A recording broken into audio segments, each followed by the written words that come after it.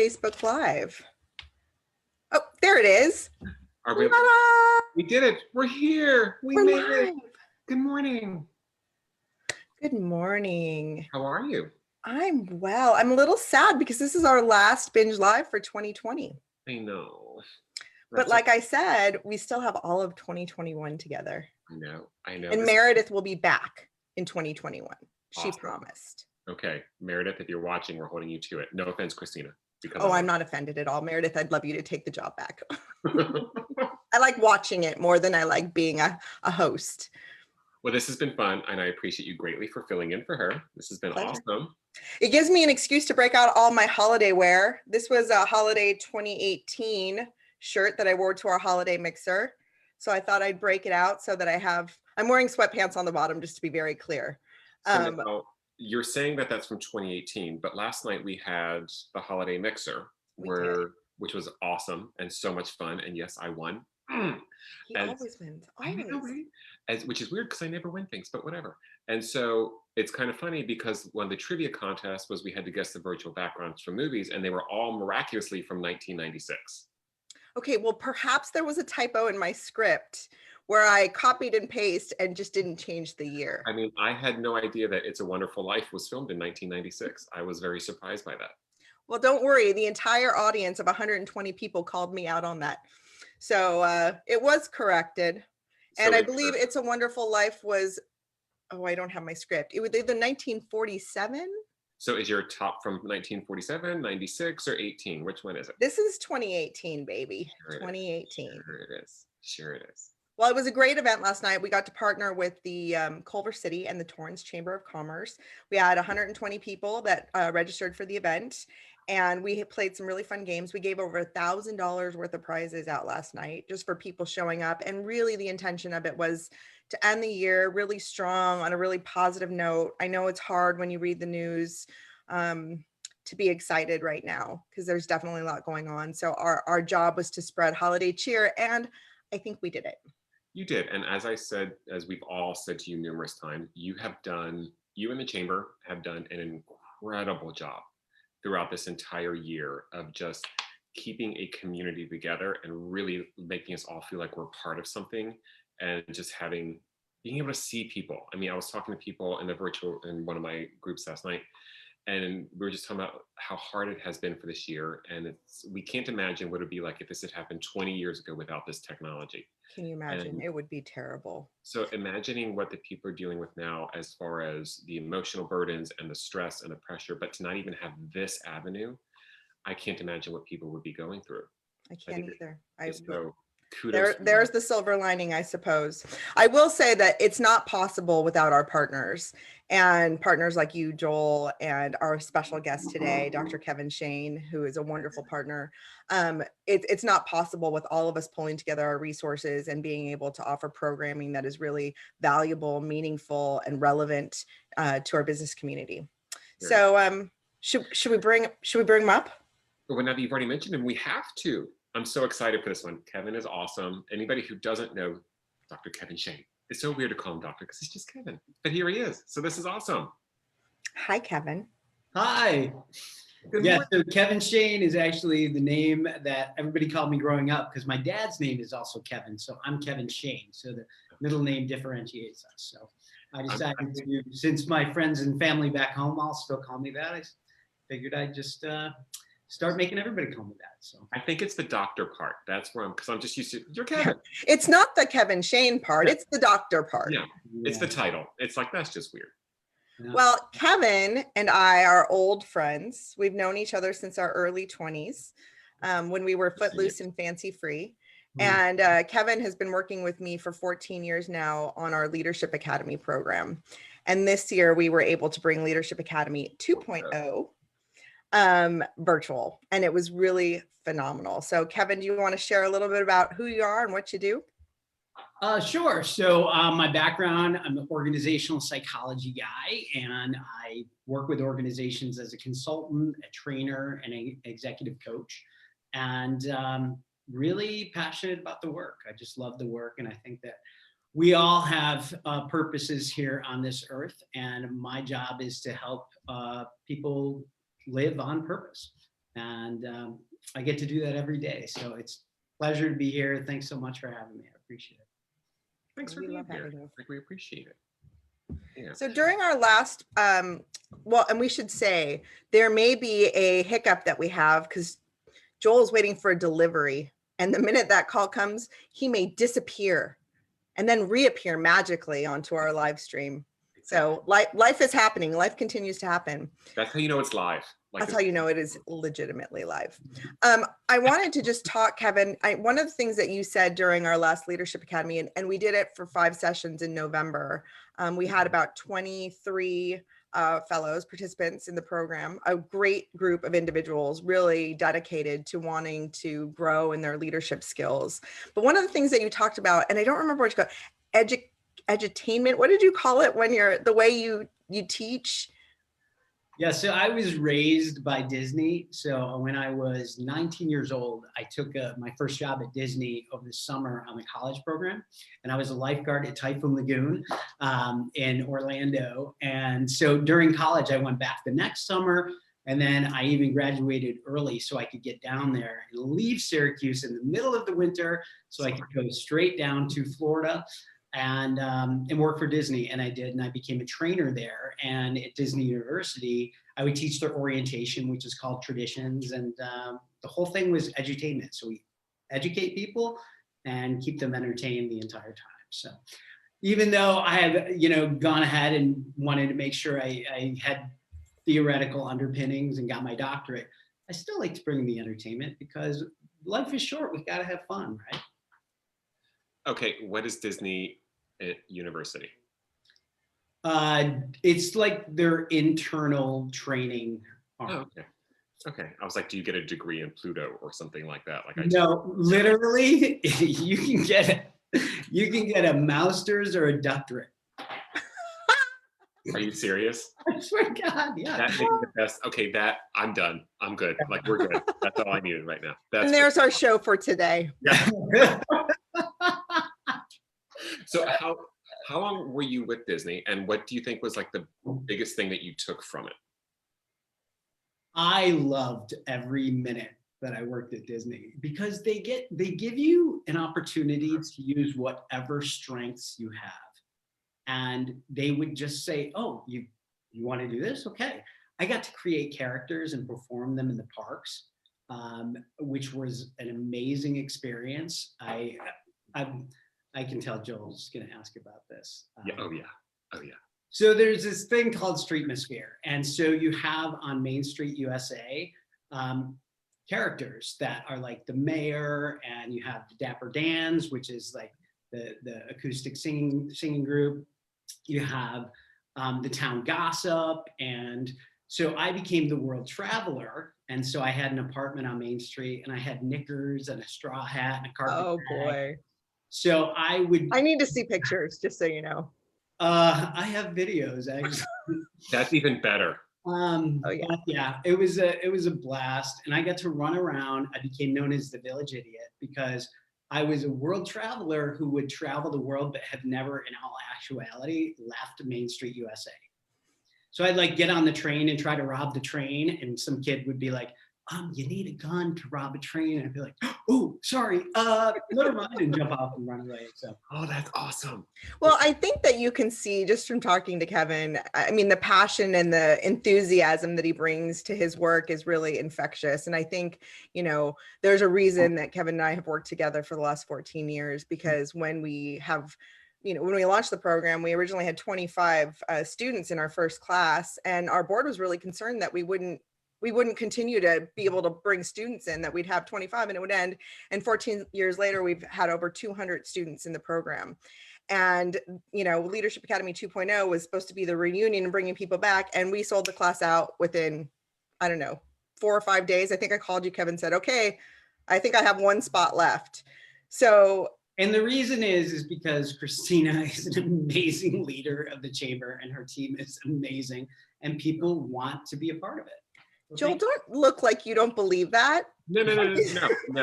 Actually, I was going to disagree with that, only because as somebody who's done Leadership Academy 1 and 2, it's a combination of the two of you.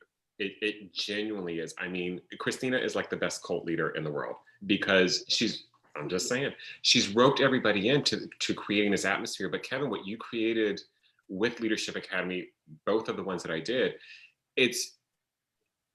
I don't even know how to explain it. It really is something where you don't realize it until it's over what you went through, which is probably one of the best things in the world for me. I mean, as a personal standpoint, because you're able to look back and be like, oh crap, I really just learned something about myself, but you don't feel like you're learning, if that makes sense.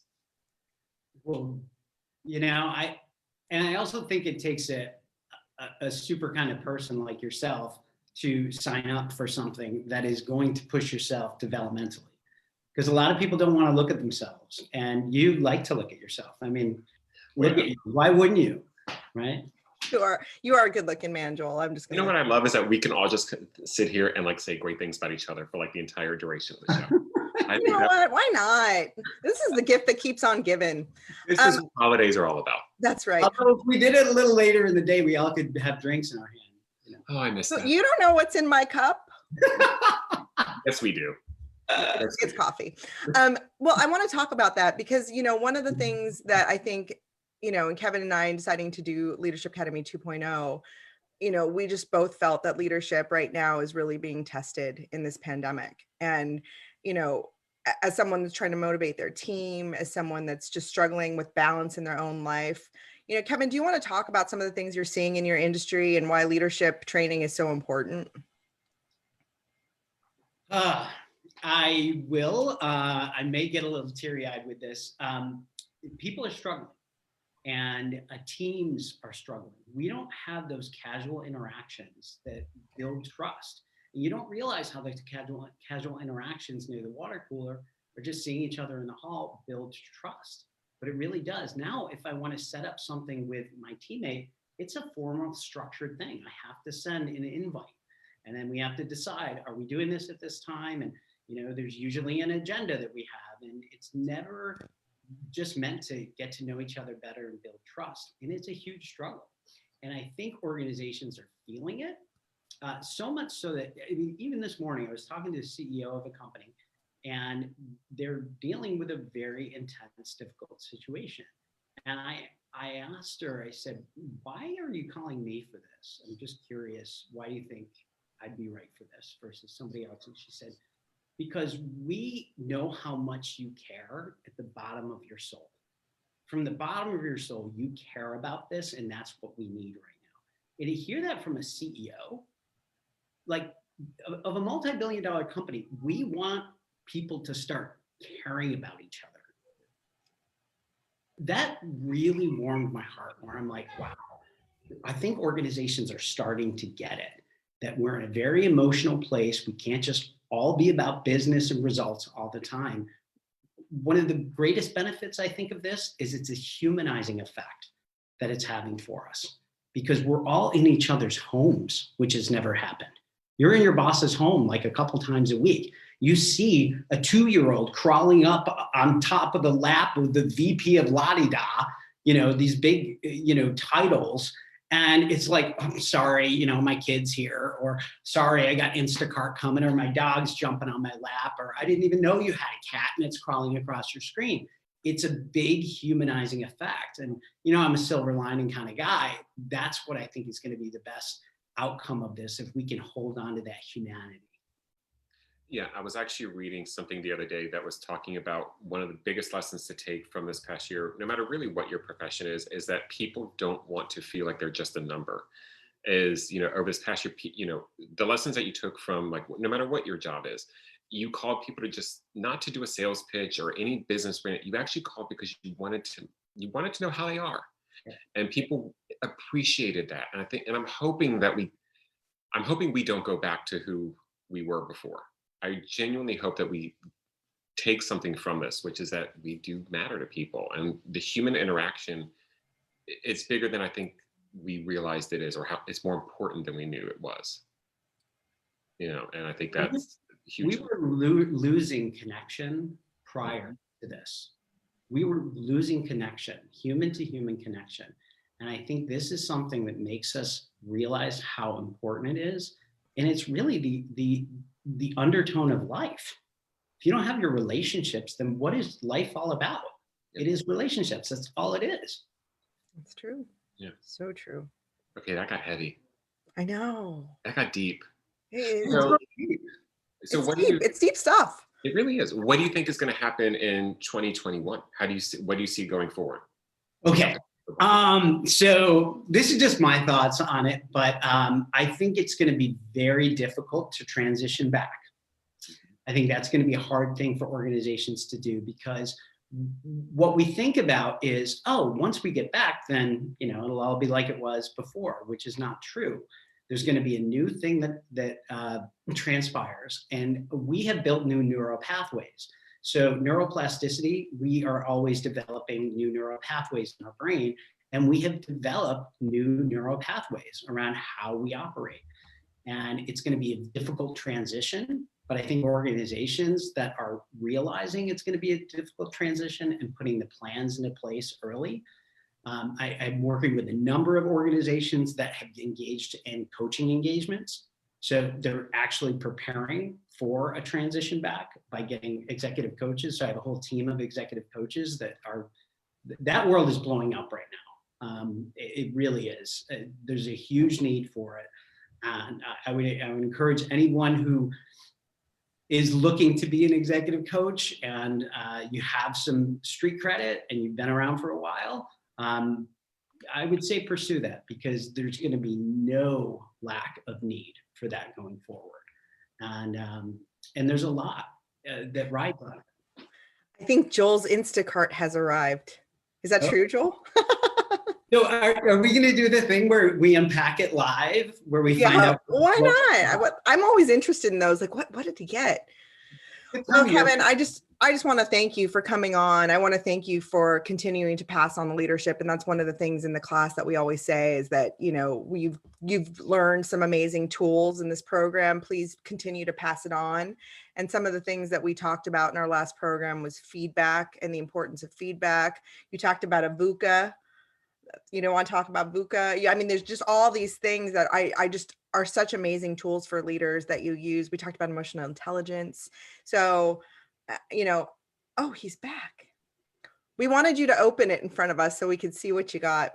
It wasn't that one. It was somebody else. And I'm like, oh. I know. I'm so sorry. So Kevin, what do you think, if you could tell the guests watching today, what's one tool? I froze. Uh-oh. We can still hear you. A hammer. So what's one tool that you use all the time around the house? A garden hoe. A hammer. No, I think one tool that what, Christina? I'm sorry, my computer froze. My internet connection is unstable. We're really ending 2020 with a bang. This is like the perfect episode right here. It's like you've got internet issues. Kevin's talking about Disney and his characters. He said knickers. He was wearing knickers. I just want to point that out. And I'm trying to wait for my Instacart delivery. I think that this is by far the most random episode we've ever had, and I'm loving it, especially before the holidays. You have the most random guest ever, so it's appropriate. You have no idea how excited we were for this one, though. Like, we genuinely were. Like, you just make everybody smile. I told Dr. Kevin Shane that. I told him that. We were super excited because what you do is so important. And I know Joel and I have both learned so much from you. And we realize the value in what you teach and how you teach it. And so we wanted to pass the gift of Dr. Kevin Shane on to all of our guests. He's so uncomfortable with that. He's so uncomfortable. I know, but I love it. But I do have a tool that would be really helpful that I do at the end of every year. And I think it's even more important this year, to literally sit down by yourself. So you can do it by yourself and then pair up and do it with others as well. But do it yourself first, where you literally sit down and go through your calendar and your email, whatever you need to do to recall. And you write down every accomplishment that you've had this year. Every single achievement. We're talking about even if you learned a new technology, even if you decided to try something different, if you met goals, if you, in all aspects of your life, write down one for personal life, one for your family, one for your business. So all the different areas, write them all down and write every single achievement. Have somebody else do that, a trusted friend, spouse, anybody, Chester, if you wanted to, and get together and talk to them about, like, this is my list of achievements. This is your list of achievements, and really celebrate those achievements. I love that. Exhaust the list, and then figure out what are we going to do, and what are we going to set our goals for 2021? What is that going to look like for us? Yeah, You know, I gotta love say, that. I was just gonna say, I love that because I think everybody focuses on going forward, and more. And to stop and just take stock of your life is so important to do. And I think that's a great tip. Celebrate it. If you like, Christina, if you and Corey wanted to like literally do that and then sit down, go through the list and do it over the best bottle of wine or something like that, like you celebrate it. Because, and especially this year, we have to celebrate everything we accomplished this year, because a leader during adversity is the story of that leader. So this year will define leaders. Doesn't matter if you were a great leader before, who cares? What matters is the leader you were in 2020. So list everything out and then celebrate it. I love it. Okay, Corey, I have a bottle of Dom. I should break that out. Yeah. Corey's Nice. I've been staring at it for a year. I've been really wanting to break into it. Okay, now I have a reason. Are we ready to move into our lightning round? Oh, geez. Take a sip of coffee. That's not coffee either. Okay, I promise this won't hurt. So, Kevin, you have 3 seconds to answer the following questions. Are you prepared? Okay. This is hard for me, but okay, yeah. You know I'm a processor. All right, ready? Dog or cat? Dog. I just put in for a I dog. knew that one. Oh, well, I I'm can't a- wait to meet Cats too. him or her. Favorite cocktail? Wine. Is that a cocktail? I guess so. Or a mojito, maybe? A mojito. Mojito. I like saying that, mojito. Okay, favorite type of music? Oh, I love Irish music. I just, you know that. I know that Kevin is actually an amazing singer, and he has a band that plays every St. Patrick's Day. I highly recommend you go see that. Okay, Irish music was the answer. Your favorite word for 2020? Hope. Nice. Mountains and snow or beach and sunny? Both. All right, favorite holiday? St. Patrick's Day. I see a theme here.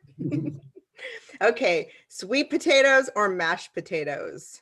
Mashed potatoes, but Colcannon mashed potatoes. Don't know what that is, but okay. And then what is your one wish for 2021? My wish for 2021 is that everyone finishes this year strong. So the 2020 thing, my wish is that everybody can look back upon 2020 being proud of who they were during this time. Because 10 years from now, when everybody's telling the story, oh, remember 2020? What were you doing? I want everybody to look back and go, you know, I really accomplished a lot. And the good thing is we still have time.